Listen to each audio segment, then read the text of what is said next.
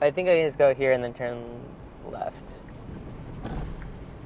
So I don't send Adam on a wild goose chase. Like, catch me if you can, Adam. Oh, it's a little bit of a stiff suspension, so you might feel all the bumps in the road.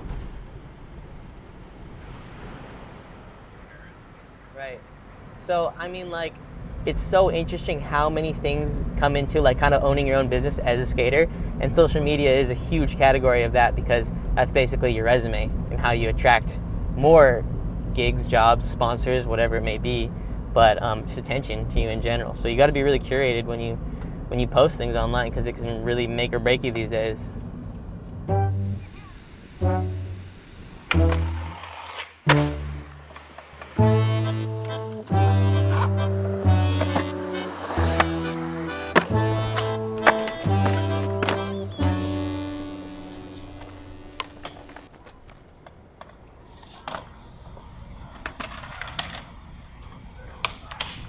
We're at Chevy Chase skate park. I don't know if I even say that right. Maybe it's Chevy Chase. Chevy Chase skate park. We're here and now.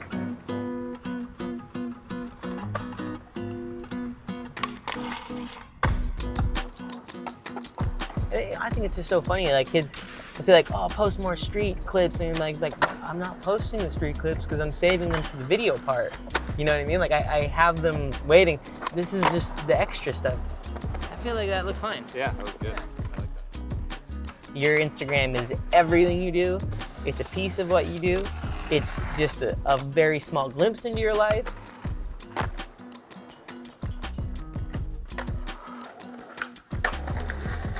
It's so different how everyone approaches it, you know?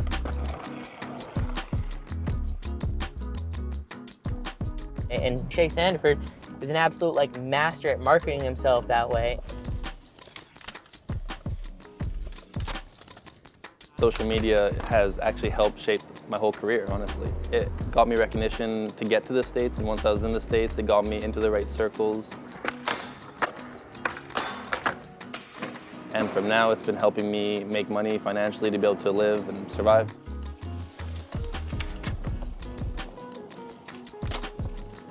With Instagram, you can just kind of put out anything. For me, it's great because I can get a lot of content in one day, but is it video part worthy? And a lot of it isn't, because video part tricks are supposed to be the best of the best, like what you can do at your maximum.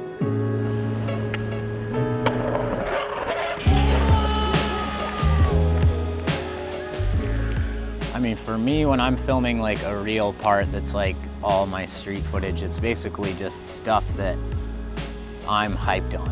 I'll have a list that's all these tricks, and if I can get any of those tricks, those are like the legacy tricks that, like, I've always wanted to do that on that gap or on this rail. You spend years putting together this, 3 to 5 minute video part and then releasing it as your expression.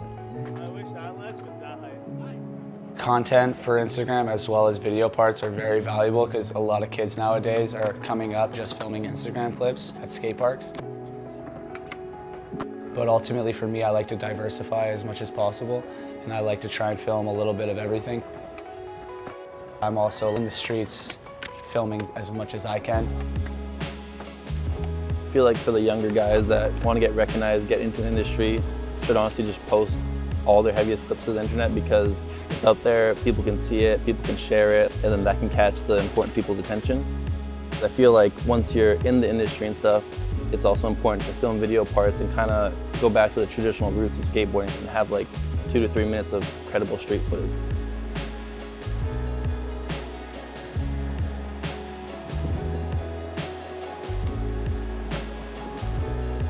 When you get that satisfaction of getting those clips done and looking at the footage afterwards, it's just, there's no feeling that really compares to that.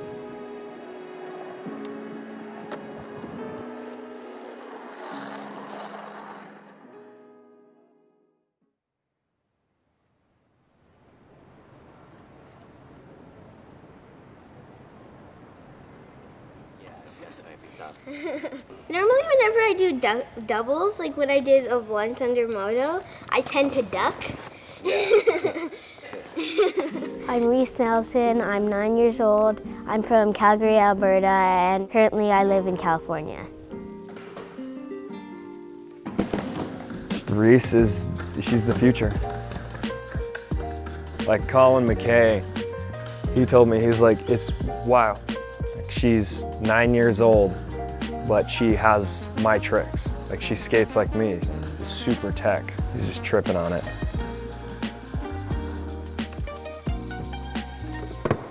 Say this to me, be like, you just got to stay over top of the board, Colin. You have to commit. I have, like, with the back tail, what do I do? Commit. I got to commit to it? Yeah. Okay, let's go. Right now we're at Tony Hawk's warehouse. I skate here every day, except the weekends, unless I can get somebody with a key to let me in.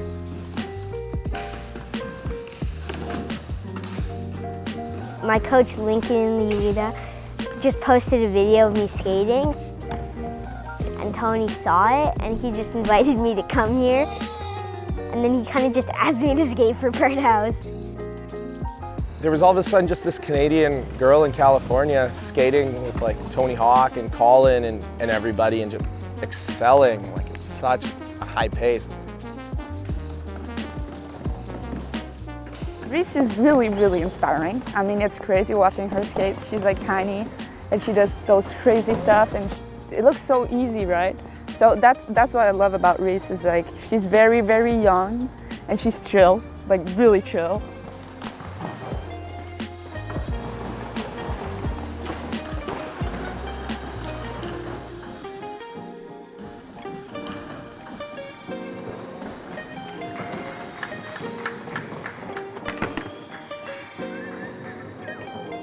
She's the future of female skateboarding in Canada, and right alongside with her is Faye. My name is Faye Defazi Ebert. I am 12 years old and I'm from Toronto, Ontario. This is my second year on the national team and I'm so stoked and excited to be here. Being on the national team is pretty cool, like to hang out with like a bunch of the really good guys and like go around places.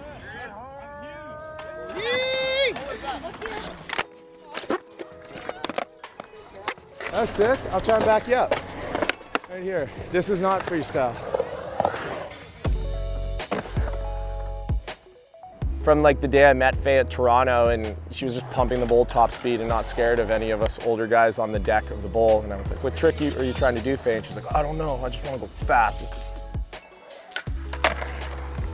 I love skating contests, just like pushing people and pushing myself to do the best I can do.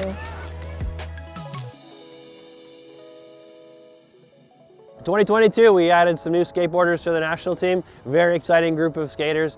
New blood, a younger crop coming in, and really looking to take the torch from the pros and keep this thing going for Canada. I'm really stoked that there's 2 new girls that I can skate with. Sam is super sick and fun to hang out with. We went to San Diego and I felt very welcomed by everybody. Like everybody was so nice and like getting to know me, asking questions, and I was doing the same thing. Skateboarding is pretty much my whole life, I'd say at this point. I work in skateboarding, I travel with skateboarding, I think about skateboarding a lot. So I'd say, yeah, it means the world.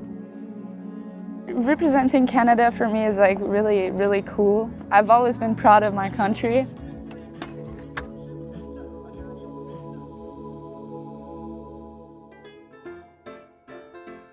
Being one of the first Maritimes people to be on the Canadian national team in skateboarding, it's pretty special. Johnny's like a low-key assassin. Johnny has a really good eye for trick selection. Cool breeze in the room. Coming from a place where, you know, you're one of few skateboarders, when the scene is that small, any of the ability that I have comes from kind of being built off this community, you know, that I was involved in. I don't think I have to be representing my country to be a good person, but if that motivates me a little bit more to be an even better person and motivate other kids to want to do that, then that's great.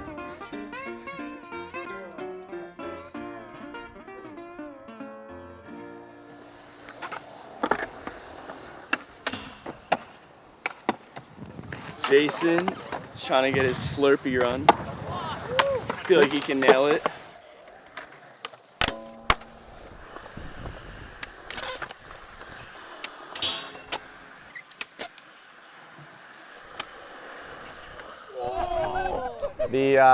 The Alberta kids.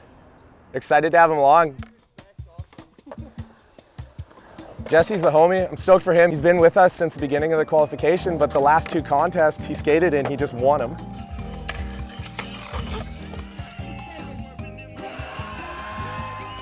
I'm excited for Jesse to officially be on the national team. He's been at it for years.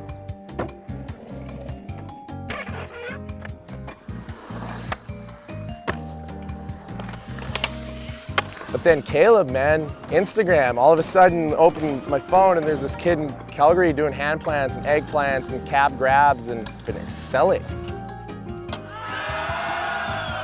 Where'd he come from, you know? It's cool, like the first run through this whole thing with the national team and getting to know everybody, and it was like the initial, but now there's this whole group, a new generation coming in. It's really exciting because it's not like nothing's changing, it's still the same, but we're just welcoming more to the family, and I'm really excited for that, and I'm looking forward to traveling this next round towards Paris with everybody.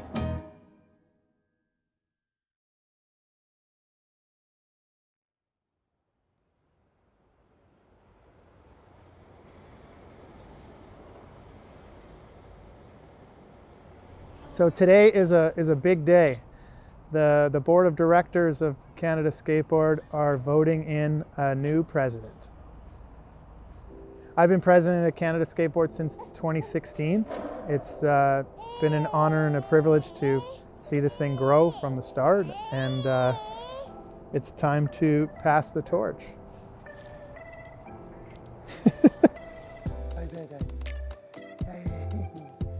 Looking back on things that make me proud, I mean, the whole journey has been great.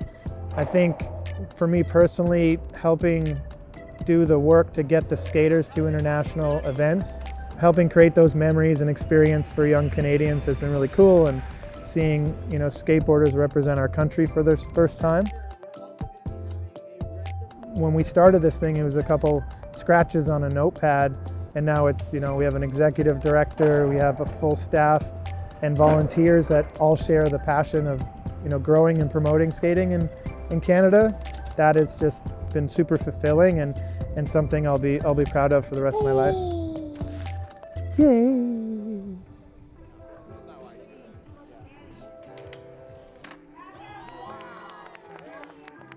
I'm supporting the candidacy of Annie Guglia to become the next president. I really hope she becomes, she wins the votes today. Annie's, you know, an amazing human. She's our first skateboarding Canadian Olympian. She's our 3-time national champion. She just turned pro this year for Meow Skateboards. She's the athlete representative on our board, and she's just an outstanding human, especially with her inclusion and community work that she's been doing across the country the last couple of years. So I'd be absolutely honored to pass the torch on to her, as I think she's going to do an amazing job.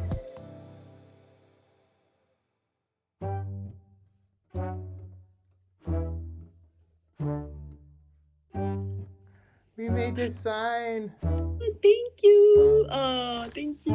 I'm gonna need that sign. I don't want that. Thanks. Oh, remember this dance from Brazil? Yeah.